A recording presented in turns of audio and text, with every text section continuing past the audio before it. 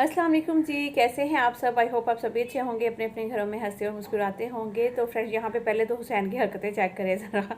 मदरसे के लिए बच्चे जो हैं वो रेडी हो रहे थे, बस ये निकलने लगे और मैं भी अभी शावर लेकर, जो मेरा सर है आपने देखा होगा कि लपेटा हुआ है सारा, बाल वगैरह असल में अभी गीले थे, तो मैं किचन में काम कर रही थी और काम जो है ना वो ख़त्म होने का नाम ही नहीं ले रहे हैं माशाल्लाह से। मतलब कि जितना कोशिश हो रहा है ना कि जो भी मेन मेन बड़े बड़े काम है, बाकी झाड़ू पोछा बर्तन ये तो सब डेली रूटीन के जो काम है वो चलते रहेंगे। मैं हॉस्पिटल जाने से पहले कोशिश कर रही थी कि सर्दियों के कपड़े सारे वॉश करा लूँ। अल्हम्दुलिल्लाह वो करवा लिए, ब्लैंकेट सारे वॉश हो चुके हैं। तो ऑलमोस्ट जितने भी जो काम थे, जो सर्दियाँ शुरू होने से पहले हर औरत जो है वो कर रही होती है, हर घर में हो रहे होते हैं, सर्दियों के कपड़े बिस्तरे ये वो सब चीज़ें जो है ना वो सारी हो चुकी हैं। अब जो है ना वो मैं क्या कर रही हूँ, यहाँ पे मैं कर रही हूँ जी जो क्रीम वगैरह, जो मलाई जमा हुई हुई थी, दही जितना भी मतलब फ्रिज में मलाई जमा हुई थी वो सारी निकाल कर रख ली थी। उसको मैंने डाल दिया पतीले में और उसको घी बनने के लिए रख दिया। और दूसरी साइड पे जो है ना वो मैं साथ साथ बना रही हूँ पुलाव, क्योंकि काम में जो है ना वो काफ़ी ज़्यादा लेट हो जाते हैं, तो फिर उसके बाद यही एक ऑप्शन होता है जल्दी से जो हो जाए, क्योंकि फिर सालन बनाओ, रोटियां बनाओ, टाइम लग जाता है।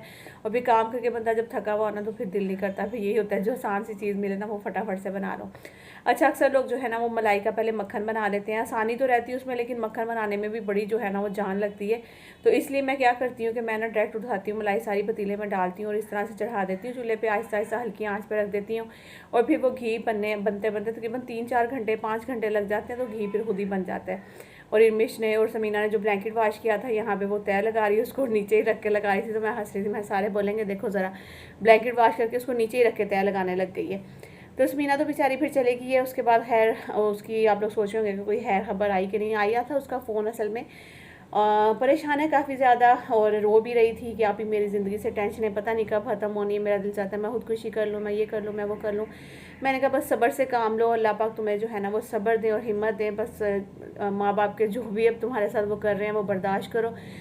कभी ना कभी वो ज़रूर आएगी, मुझे पता है, पूरी उम्मीद है कि उसने आना इधर ही है मेरे पास ही। लेकिन वो उसके माँ बाप जो है ना उसके ऊपर बहुत ज़्यादा जुल्म कर रहे हैं। खैर, यहाँ पे जी टाइम 3:45 का हो गया था, पुलाव जो है वो बस रेडी हो चुके हैं। अब मैं खाना खाने लगी थी और घी भी जो है ना ऑलमोस्ट अभी ऑलमोस्ट नहीं कह सकते, अभी टाइम लगेगा इसको थोड़ा सा, क्योंकि ये जो जितना सफ़ेद सफ़ेद आप इसमें देख रहे हैं सारा जब जलकर नीचे बैठ जाएगा और घी अलग हो जाएगा, फिर हमारा घी रेडी हो जाएगा।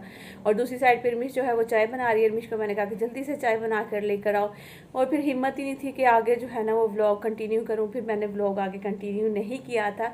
फिर नेक्स्ट डे जो है ना वो मैंने मॉर्निंग से व्लॉग स्टार्ट किया था, क्योंकि मुझे जाना था आज हॉस्पिटल और मैंने डॉक्टर के पास जाना था। काफ़ी दिन हो गए थे और मैं हस्बैंड का इंतज़ार भी कर रही थी। और अच्छा, मुझे आप लोगों से एक मशवरा भी चाहिए था, बल्कि मुझे ना आप लोग बताइएगा कि क्या मैं हस्बैंड के साथ प्रैंक करूं या ना करूं। कि डॉक्टर ने जो फाइनल डेट है ना, आज क्या डेट है, आज मेरे ख्याल में 5 तारीख है, तो डॉक्टर ने फाइनल डेट जो है ना वो 7 या 8 इस तरह से कुछ दे दी है। तो करके तो प्रैंक करते हैं, तो फिर जो है ना वो मतलब कि उनका क्या रिएक्शन होता है वो सब नोट करूँ। आप लोग मुझे ज़रूर बताइएगा कि क्या मुझे ये करना चाहिए प्रैंक या नहीं। लेकिन हाँ, अभी फाइनल डेट भी मैं आगे आपको बताऊँगी, क्योंकि आज मैं वाकई में हॉस्पिटल गई थी। और बस नाश्ता वाश्ता करने के बाद जल्दी से जो है ना इर्मिश को मैंने बोला कि सफाइयाँ ख़त्म करो, क्योंकि मेरे साथ फिर इर्मिश ही जाएगी, बाकी बच्चे तो स्कूल में आसिम मुल्तान है। तो इर्मिश को मैंने सोचा कि लेकर चली जाती हूँ और जाकर जो है ना एक दफ़ा चेकअप करवा लेती हूँ। डॉक्टर ने 3 हफ्ते बाद बुलाया था, लेकिन जो है ना वो महीने से ऊपर हो गया था। तो फिर मुझे ये भी था कि ब्लड की वो जो मैंने ड्रिप लगवाई थी, आप सबको याद होगी, जो आयरन की, तो फिर ये भी चेक करवाना था ब्लड का, कि ब्लड जो है वो बढ़ा है या नहीं बढ़ा। लेकिन काफ़ी हद तक मुझे ड्रिप लगाने के बाद ये है कि जैसे चक्कर आ रहे थे, किचन में खड़ा नहीं हुआ जा रहा था बिल्कुल चेयर के बिना।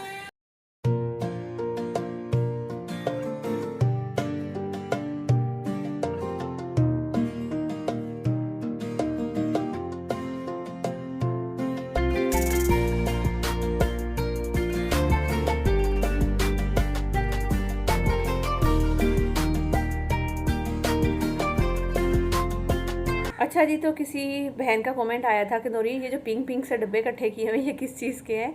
तो ये मैं आपको बता दूं, ये कुछ खास मतलब कि नहीं है, ये जस्ट आपके जो हाथ और पाँव जो ड्राई हो जाते हैं, ये मैं उनके लिए यूज़ करती हूँ, खास तौर पे सर्दियों में ये बहुत अच्छी चलती है। और इसकी जो मतलब कि एक समझ लें कि मतलब कि देर तक जो है ना ये रहती है आपके हाथों पैरों पर। तो मैं इसको बस थोड़ा सा ले लेती हूँ, अपने हाथों पर लगा लेती हूँ, पैरों पर लगा लेती हूँ, तो इसका मुझे काफ़ी हद तक जो है ना वो सुकून हो जाता है।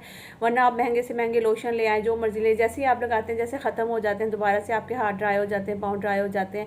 इस तरह की जो है ना वो चीज़ें होती हैं, तो वो बड़ी बुरी लगती हैं। और ख़ासतौर पर सर्दियों में जो है आपको पता है ड्राइनेस बहुत ही ज़्यादा बुरी लगती है हाथों और पैरों पे। तो जो ऐसी चीज़ें जो कि लॉन्ग लास्टिंग हो तो वो अच्छी भी लगती हैं, तो इसलिए मैं ये जो यूज़ करती हूँ। ये 5 वे में पहले आती थी क्रीम, अब ये 7 वे में आ रही है। तो ये मतलब कि आप लोग भी यूज़ करें अपने हाथों पैरों के लिए, मतलब कि अच्छी है। बस ये नहीं कि हाथ पैर गोरे चिट्टे कर देती है, ऐसा कुछ नहीं है। लेकिन हाँ, जिनके ज़्यादा ड्राइनेस है वो ये यूज़ करें तो उसके लिए काफ़ी हद तक बेस्ट है ये। तो मैं तो ये देखे इतने यूज़ कर करके मैंने को 3-4 डब्बे ख़त्म किए हैं तो वो फिर मैं रख देती हूँ, डब्बे वॉश करके कहीं ना कहीं काम आ जाते हैं। तो चलिए जी, अभी मैं रेडी हो चुकी हूँ, मैं अपना जूता निकालती हूँ जल्दी से, फिर उसके बाद चलते हैं हॉस्पिटल।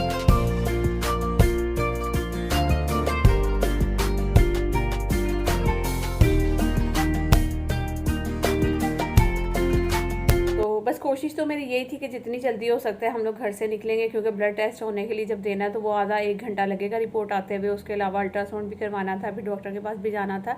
तो मेरी मर्ज़ी यही थी कि बच्चों के घर आने से पहले पहले हम लोग जो है ना वो आ जाएंगे। लेकिन अभी मुझे मुश्किल लग रहा है, क्योंकि ऑलरेडी 12 मेरे ख्याल में बज चुके हुए थे और फिर अब निकल रहे हैं बस। तो देखते हैं अब डॉक्टर फाइनल डेट जो है वो क्या देती हैं। और मुझे तो यही लग रहा था कि मतलब कि अभी कुछ दिन तक जो है वो 1 हफ़्ता 2 हफ्ते तक दे देंगी, लेकिन आगे चलकर अभी जाकर जब चेक कराऊंगी फिर ही पता चलेगा। और दूसरा जो मैंने प्रैंक वाला आपको बताया वो ज़रूर बताइएगा। वैसे तो आसिफ के पास आजकल मोबाइल नहीं है, अभी मिल गया, लेकिन अभी आसिफ लेने थाने में गए नहीं है, क्योंकि वो बहुत ज़्यादा अपने फार्म पे बिजी हैं।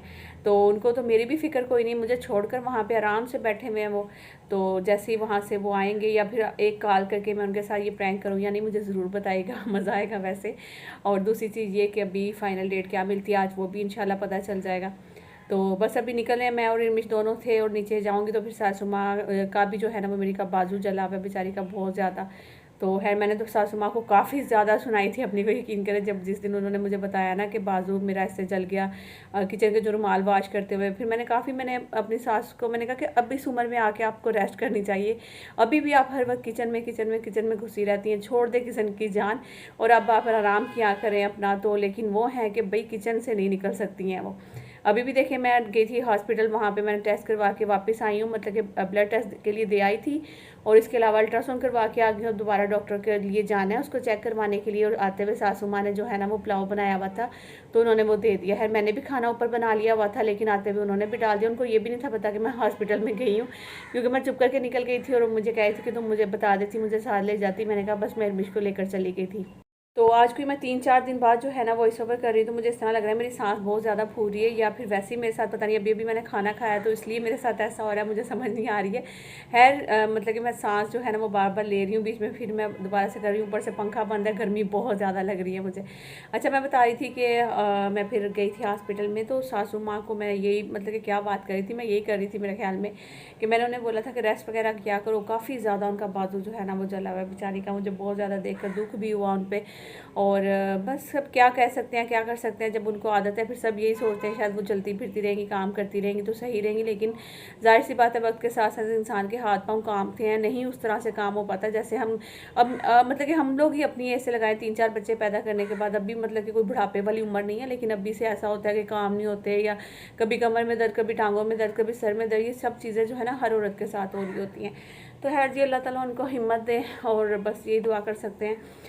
तो मैं पहले हॉस्पिटल गई थी, ब्लड टेस्ट के लिए देकर आई थी, उसके बाद फिर अल्ट्रासाउंड करवा के घर वापस आ गई थी, क्योंकि बच्चों का टाइम हो गया था घर आने का।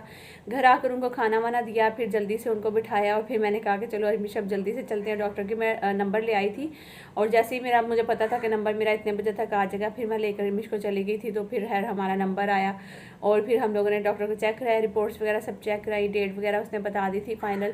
तो अभी मैं घर आके भी देख रही थी कि क्योंकि वो तो सिर्फ रिपोर्ट्स चेक करती हैं, वो कभी नहीं बताती हैं कि ये चीज़ है, ऐसे है वैसे है। सिर्फ उन्होंने देखना होता है और कहना होता है कि हाँ जी माशाल्लाह जी सब ठीक ठाक है, ये डेट है आपके ऑपरेशन की।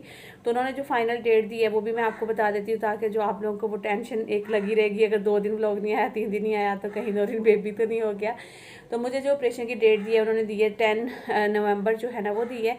तो इंशाल्लाह अगले महीने के शुरू में जो है ना वो धमाका होगा, ठीक है। तो यहाँ पे ना मैं थंबनेल के लिए कुछ जो है ना वो स्क्रीनशॉट के लिए मैं जो है ना वीडियो बना रही हूँ, तो वो मैंने इसी में क्लिप ऐड कर दिया, क्योंकि आज का व्लॉग भी छोटा ही था, वो बातें करने के लिए बहुत सारी थी। तो फिर घर आके बच्चों को खाना दे के दोबारा से फिर से गई थी डॉक्टर के पास, चेक करवाया, फिर उन्होंने मुझे ये डेट वेट दे दी, सब कुछ मैंने आपको बता दिया है। तो बाकी आप लोग बस मेरे लिए दुआ करिएगा। यही मंथ है जो कि पूरा अब इंशाल्लाह आज 5 है, तो अगली 5-10 को जो है ना वो मेरा इंशाल्लाह बेबी जो है अल्लाह ताला के फजल करम से मेरे हाथों में होगा। आप लोग बस बहुत सारी दुआएं करिएगा। और जितनी बहनें बे औलाद है इस दुनिया में, अल्लाह पाक सबको औलाद जैसी नेमत से नवाजे। जो जो मुझे कमेंट्स करती हैं, अल्लाह पाक सबको जो है ना औलाद दे, आमीन सुम आमीन। और यहाँ पे ना मैं पैसे देख रही थी, मैं 5,000 लेकर गई थी, यकीन करें टूटा पुट्टा चूरा जो है ना वो बच गया था। 10-10 रुपये, 100-100 रुपये, 50-50 रुपये। तो मैं सोच रही थी कि अब फिर बाज़ार का चक्कर लगाऊँ, न्यू बॉर्न के जो छोटे छोटे से सूट हैं वो ले लूँ, या फिर क्या करूँ, या हस्बैंड का इंतज़ार करूँ। चलिए खैर देखते हैं क्या करूँगी क्या नहीं। इसी के साथ इजाज़त चाहूँगी, मिलूंगी नेक्स्ट व्लॉग में। जब तक के लिए अपने प्यारा का बहुत सारा ख्याल रखिएगा, दुआ में याद रखिएगा, लाइक जो करेगा नहीं आएगा सब्सक्राइब करिएगा। अल्लाह हाफिज़।